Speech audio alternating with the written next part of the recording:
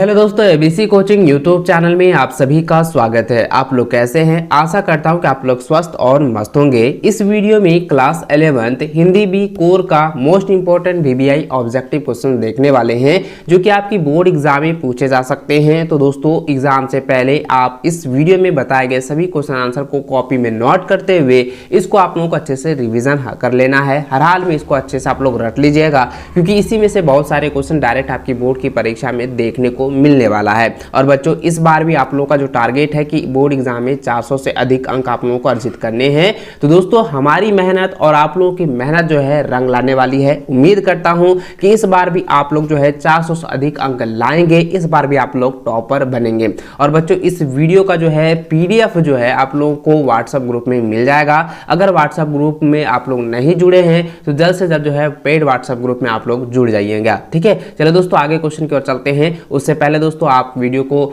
Like अपने सभी दोस्तों के साथ शेयर जरूर करते जाएंगे। चैनल पर नए हैं तो चैनल को सब्सक्राइब करने के साथ बेल आइकन को भी प्रेस जरूर कर लीजिएगा। तो चलिए बच्चों, क्वेश्चन देखते हैं। तो देखिए बच्चों, सबसे पहला क्वेश्चन जो है गद्यांश दिया गया है और इस गद्यांश से रिलेटेड जो प्रश्न दिए गए उसको आप लोगों को बताना है। ठीक है, तो देखिए इस गद्यांश को सबसे पहले आप लोगों को अच्छे से पढ़ लेना है।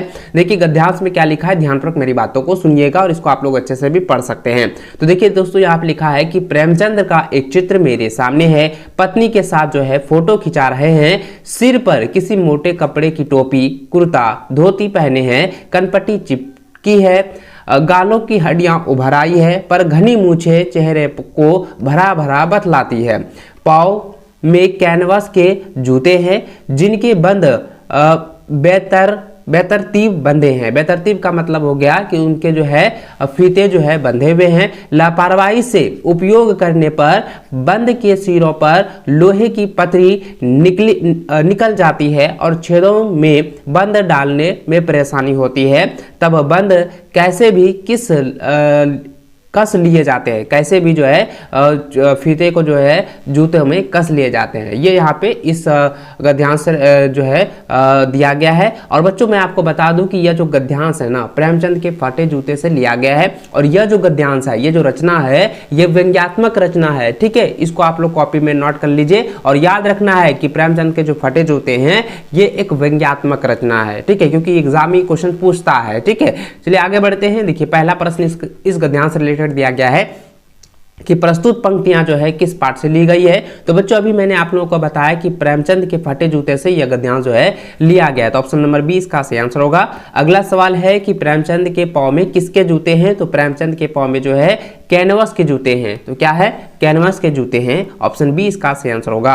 अगला सवाल है कि प्रेमचंद किसके साथ जो है फोटो खिंचा रहे हैं। तो प्रेमचंद्र जो है अपनी पत्नी के साथ जो है फोटो खिंचा रहे हैं। ठीक है, तो ऑप्शन नंबर सी इसका सही व सटीक आंसर होगा। ठीक है, चलिए आगे बढ़ते हैं। अगला सवाल दोस्तों दिया गया है कि एक कुत्ता और एक मैना पाठ के आधार पर गुरुदेव कुछ समय के लिए शांति निकेतन छोड़कर कहां चले गए। तो शांति निकेतन छोड़कर जो है श्री निकेतन चले गए। ठीक है, तो ऑप्शन नंबर बी जो है इसका सही व सटीक आंसर होगा।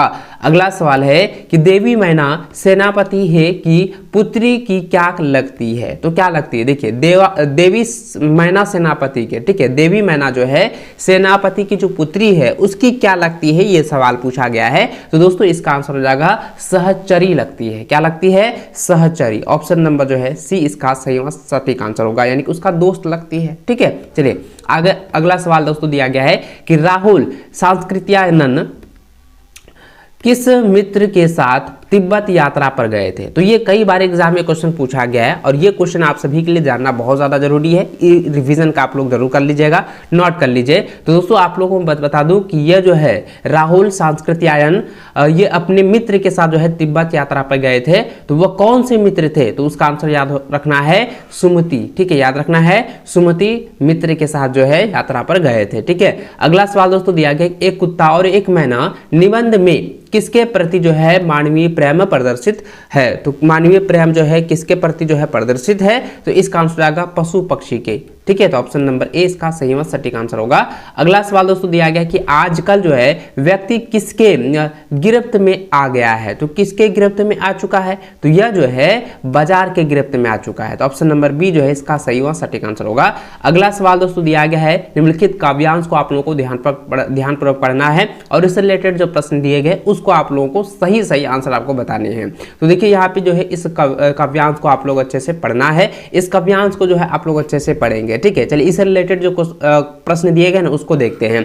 तो देखिए यहाँ पे जो है पहला प्रश्न जो है काव्यांश से रिलेटेड दिया गया है कि प्रस्तुत पंक्तियां जो है किस पाठ से ली गई है, तो प्रस्तुत पंक्तियां जो है वो ग्रामश्री पाठ से लिया गया है, ऑप्शन बी इसका सही व सटीक आंसर होगा। अगला सवाल है कि हरित धरा से क्या झांक रही है, तो हरित धरा से क्या झांक रही है, नीलम की कली जो है झांक रही है, तो ऑप्शन नंबर सी इसका सही व सटीक आंसर होगा। अगला सवाल है कि किसका फूल जो है तैलाक्त गंध से युक्त है, तैलाक्त गंध से युक्त है, तो बच्चों इसका आंसर क्या हो जाएगा, इसका आंसर हो जाएगा सरसों की, ठीक है, तो ऑप्शन नंबर सी इसका सही आंसर होगा।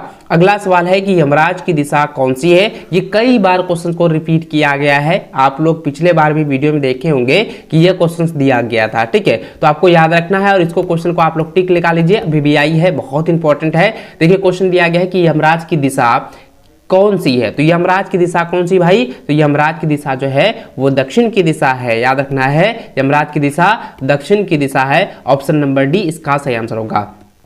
अगला है कबीर दास के अनुसार ईश्वर कहाँ रहते हैं, तो कबीर दास के अनुसार जो है ईश्वर जो है प्रत्येक मनुष्य में रहते हैं, ठीक है, क्या हो जाएगा, प्रत्येक मनुष्य में रहते हैं, ऑप्शन डी जो है इसका सही व सटीक आंसर होगा। अगला सवाल है कि रसखान की रचनाओं में किसकी भक्ति है, रसखान की जो है रचना में जो है कृष्ण भगवान की भक्ति है, ठीक है, तो ऑप्शन नंबर बी जो है इसका सही व सटीक आंसर होगा। अगला सवाल है कि यह मुरली मुरलीधर की अधरान धरी आधरा ना धरौंगी पंक्ति में किसके मन की भावना व्यक्त हुई है, तो बच्चों यह जो पंक्ति ली गई है ना, ये पंक्ति में आप यहाँ पे देखें क्या लिखा है कि यह मुरलीधर, तो मुरलीधर किसको कहा जाता है, कृष्ण को ना कहा जाता है, तो कृष्ण को कहा जाता है, लेकिन यहाँ पे कह रहा है कि अधरान धरी अधरा ना धरौंदी, तो यहाँ पे ये कहता है कि जो कृष्ण का अवतार है, तो कृष्ण का अवतार को यहाँ पे संकेत किया गया है, तो कृष्ण का जो है अवतार कौन सा था, राम, ठीक है, तो याद रखना है,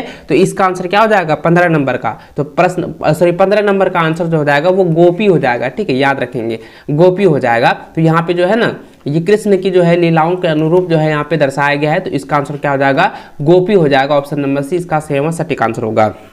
अगला सवाल दोस्तों दिया गया 16 नंबर कि यमराज की दिशा कविता में किसके द्वारा जो है दक्षिण दिशा में पैर ना करके सोने की जो है चेतावनी दी है, तो किसको जो है सोने की चेतावनी दी है, तो यह बच्चों इसका आंसर हो जाएगा माँ को, ऑप्शन नंबर जो है डी इसका सही आंसर होगा। अगला सवाल है कि कम से कम शब्दों में सभी भावों को उड़ेलना क्या कहलाता है, तो उड़ेलना जो है क्या कहलाता है, तो इसका आंसर हो जाएगा भाव संक्षेपण कहलाता है, ऑप्शन नंबर 20 का सही आंसर होगा। अगला सवाल दोस्तों 18 नंबर दिया गया है कि सरकारी कार्यालयों में संबंधित पत्र किस भेद के अंतर्गत आते हैं, तो किस भेद के अंतर्गत आते हैं, तो ये होते हैं औपचारिक पत्र, ठीक है, तो ऑप्शन सी इसका सही आंसर होगा। अगला सवाल दोस्तों दिया गया है कि अवनति, ठीक है, अवनति शब्द में कौन सा उपसर्ग प्रयुक्त है, तो अवनति में क्या है, अव है, अवनति में अव उपसर्ग है, तो अब हो जाएगा ऑप्शन नंबर बी इसका सही आंसर होगा। अगला सवाल दोस्तों दिया गया है कि झूला शब्द में कौन सा प्रत्यय है, तो झूला शब्द में कौन सा प्रत्यय लगा हुआ है, झूला में आ प्रत्यय लगा हुआ है, क्या लगा है, आ प्रत्यय, ऑप्शन नंबर सी इसका सही व सटीक आंसर होगा, ठीक है। अगला सवाल दोस्तों दिया गया है कि घृणा शब्द का लिंग निर्धारित कीजिए, तो घृणा जो है ये लिंग है, कौन सा लिंग है, यानी स्त्रीलिंग है, पुल्लिंग है, उभयलिंग है या नपुंसक लिंग है, तो बच्चों यहाँ पे देखिए घृणा शब्द जो है, घृणा शब्द जो है यह जो है ना ये स्त्रीलिंग शब्द है, ठीक है, याद रखेंगे स्त्रीलिंग शब्द है, ऑप्शन बी इसका सही आंसर होगा। अगला सवाल है कि फूल सुंदर है, यह सुंदर क्या है, तो यह सुंदर जो क्या है, यह विशेषण है, क्या है, विशेषण है, क्योंकि यहाँ पे जो है फूल की जो है फूल के बारे में जो है विशेषता बता रही है, फूल की विशेषता बता रही है कि फूल जो है सुंदर है, तो सुंदर शब्द जो हुआ वो क्या है, विशेषण है, तो ऑप्शन नंबर डी जो है इसका सही व सटीक आंसर होगा, ठीक है। चलिए आगे बढ़ते हैं। अगला सवाल दोस्तों 23 नंबर दिया गया है कि आकाश के तोड़ लाना मुहावरे का अर्थ है। तो आकाश के तारे तोड़ लाना मुहावरे का अर्थ होता है असंभव कार्य करना, यानी कि जो संभव नहीं है वह कार्य को पूरा कर लेना, तो वो मतलब हो गया आकाश के तारे तोड़ लाना। ऑप्शन नंबर ए इसका सही आंसर होगा। अगला सवाल है कि धरती शब्द का विलोम है, तो धरती शब्द का विलोम कौन सा है? अंबर। ठीक है, याद रखेंगे अंबर। अंबर का मतलब क्या होता है? अर्थ होता है आकाश। क्या होता है? आकाश होता है। ठीक है, आसमान होता है। ठीक है, इसको आप लोग नोट कर लीजिए। ऑप्शन नंबर डी इसका सही आंसर होगा।